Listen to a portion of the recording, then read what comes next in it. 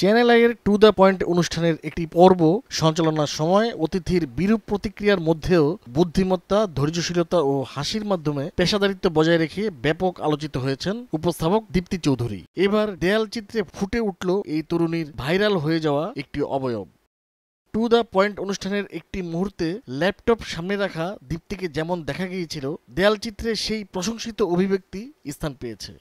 সাবেক বিচারপতি AHM শামসুদ্দিন চৌধুরী মানিক বারবার হেনস্থা করার পরও দীপ্তি শান্তভাবে বলেছিলেন, আপনি প্লিজ উত্তেজিত হবেন না। দেয়ালচিত্রে সেই কথাটি জুড়ে দেওয়া হয়েছে।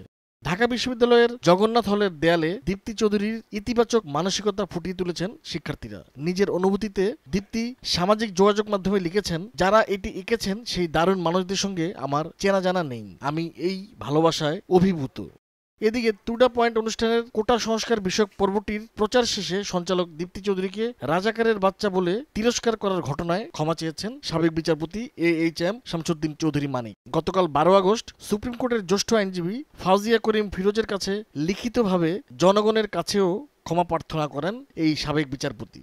দুর্ব্যবহারের ঘটনায় জাতির কাছে প্রকাশ্যে ও দীপ্তির কাছে লিখিতভাবে ক্ষমা চাইতে সাবেক বিচারপতি AHM শামসুদ্দিন চৌধুরী মানিককে গত 11 আগস্ট আইনি নোটিশ পাঠানো হয়। সেই নোটিশের জবাবে মানিক জানান, হাইপারটেনশন ও ডায়াবেটিসের রোগী হওয়ায় ক্লান্তির কারণে নিজের উপর নিয়ন্ত্রণ হারিয়ে ফেলেছিলেন তিনি। এমন বিরূপ আচরণের জন্য সঞ্চালকের কাছে গভীরভাবে ক্ষমা প্রার্থনা করেন এই সাবেক বিচারপতি।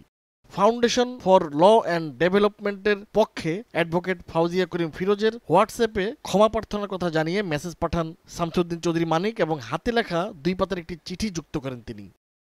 টু দ্য পয়েন্ট অনুষ্ঠানে সাবেক বিচারপতি বেশ কয়েকবার অযাচিত মন্তব্য করলেও ধীর, স্থির, গোছানো, সাবলীল ও ব্যক্তিত্ব সম্পন্ন সঞ্চালনায় কঠিন পরিস্থিতি মোকাবিলা করে দীপ্তি প্রশংসা কুড়িয়েছেন। টু দ্য পয়েন্ট ছাড়াও চ্যানেল আইয়ের তারকা কথন এবং এখন কি চাই নামের অনুষ্ঠান দুটি সঞ্চালনা করেন দীপ্তি চৌধুরী।